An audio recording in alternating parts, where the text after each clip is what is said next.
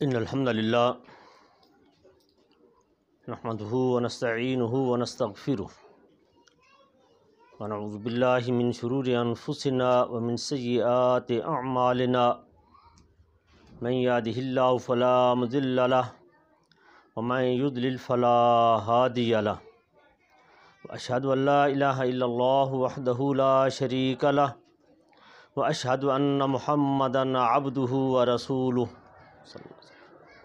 اللهم صل علی محمد وعلی آل محمد کما صلیت علی ابراہیم وعلی آل ابراہیم انک حمید مجید اللہم بارک علی محمد وعلی آل محمد کما بارکت علی ابراہیم وعلی آل ابراہیم انک حمید مجید اما بعد فإن خیر الحدیث کتاب اللہ وخیر الہدی ہدی محمد صلی اللہ علیہ وسلم وشر الامور محدثاتها وکل محدثات بدعہ وکل بدعۃ ضلالہ وکل ضلالۃ فی النار اعوذ باللہ السمیع العلیم من الشیطان الرجیم من حمزہ ونفخہ ونفثہ بسم اللہ الرحمن الرحیم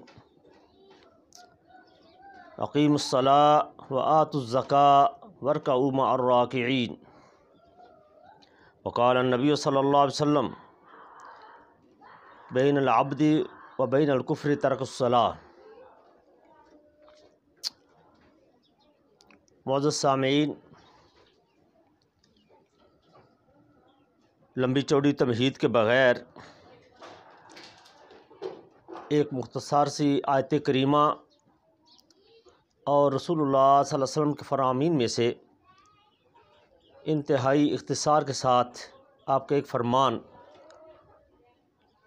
مگر ان کا مفہوم، ترجمہ، تفسیر انتہائی طویل ہے، مگر 2-4 منٹوں میں جو چند ایک گزارشات کرنا چاہوں گا وہ یہ ہے کہ نماز جو دین اسلام کا انتہائی اہم رکن ہے، یعنی ارکان خمسہ میں سے 5 ارکان میں سے انتہائی اہم، کلمہ کے بعد اس کا درجہ ہی ہے۔ ایک مسلمان کی پہچان رمضان المبارک سے اگر کی جائے، روزے سے، تو وہ سال کے بعد ہوگی۔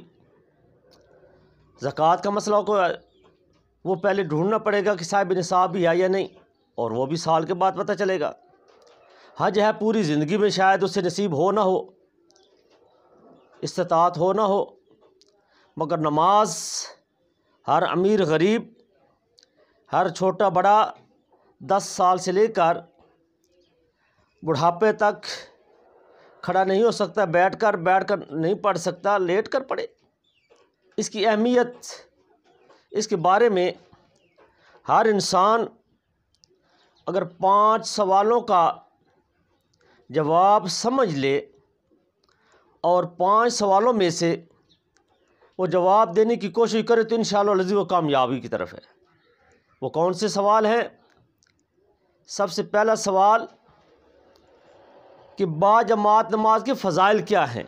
مرد پر چونکہ جماعت کے ساتھ نماز فرض ہے، با جماعت نماز کے فضائل، اس کے لیے صرف ایک مثال دوں گا۔ اور دوسرا سوال، اس کی حیثیت کیا ہے؟ با جماعت نماز کی یہ فرض ہے، نفل ہے، واجب ہے، سنت ہے، فرض کفایہ ہے، کیا چیز ہے یہ؟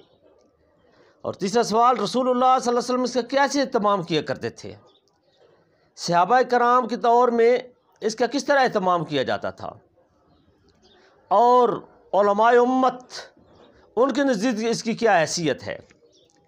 اس حوالے سے سب سے پہلی بات تو یہ تنبیہ کے طور پر ہے کہ ہم جس نماز میں سستی برتتے ہیں اس کی وجوہات کیا ہیں؟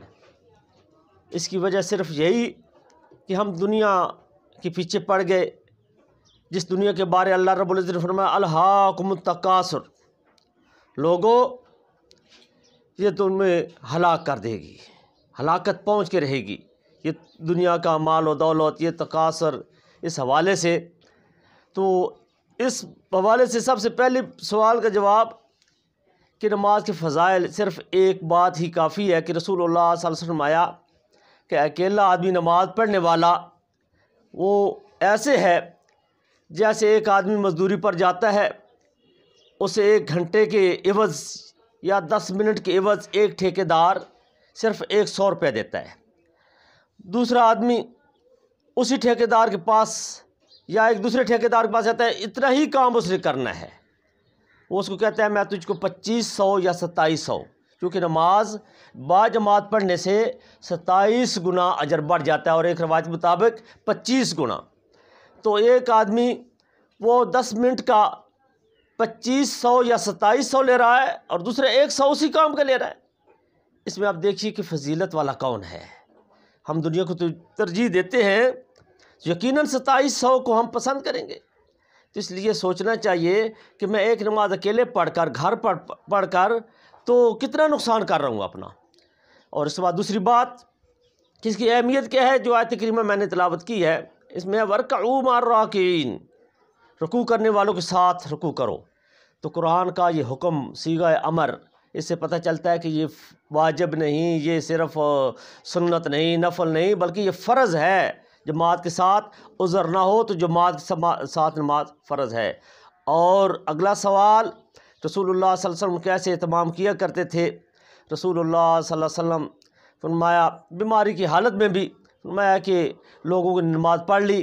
اماں صدیقہ رضی اللہ تعالیٰ عنہ فرماتی ہیں فَيَنْظُرُونَكَ، اے اللہ کے نبی صلی اللہ علیہ وسلم وہ تو آپ کی انتظار کر رہے ہیں۔ آپ نے فرمایا تیسری بار جب 2-3 دفعہ سوال کے بعد، استفسار کے بعد پوچھا تو یہی جواب ملا، تو آپ نے فرمایا اب مرو ابا بکرین اصلی بالناس، ابو بکر کو حکم کرو اور اس کو بتاؤ کہ لوگوں کو نماز پڑھائے۔ اتنی اہمیت ہے، رسول اللہ صلی اللہ علیہ وسلم نے کہا لیٹ نہ کرو نماز، اور فرمایا کہ میرے ساتھ نوجوانوں کا ایک دستہ ہو، ان کے سروں پر لکڑیوں کے گٹھے ہوں۔ صحیح البخاری میں یہ حدیث موجود ہے۔ فرمایا کہ میرا دل کرتا ہے کہ میں اپنی جگہ پر کسی کو امام مقرر کروں، اور جو لوگ باجماعت نماز پڑھنے کے لیے نہیں، گھروں میں ہی ڈٹے ہوئے ہیں، میں ان کے گھروں کو آگ لگا دوں۔ صحابہ کرام نے کہا اللہ کے نبی صلی اللہ علیہ وسلم پھر آگ یہ کام کیا کیوں نہیں؟ کہا کہ مجھے ڈر ہے کہ گھروں میں عورتیں ہوتی ہیں، بچے ہوتے ہیں، اور ان کو نقصان نہ پہنچے جن پر نماز باجماعت فرض نہیں ہے۔ تو اس سے پتہ چلا کہ نماز باجماعت فرض ہے۔ انشاءاللہ اگلے مرحلے میں اگلے سوالوں کے جواب کہ صحابہ کرام کیسے اہتمام کیا کرتے تھے، اور اس کے بعد علماء امت سلف صالحین یہ اس حوالے سے کیا ان کی رائے ہے، نماز باجماعت کی اہمیت کیا ہے۔ اللہ سے دعا ہمیں نماز باجماعت ادا کرنے کی توفیق عطا فرمائے۔ وعلیہ البلاغ۔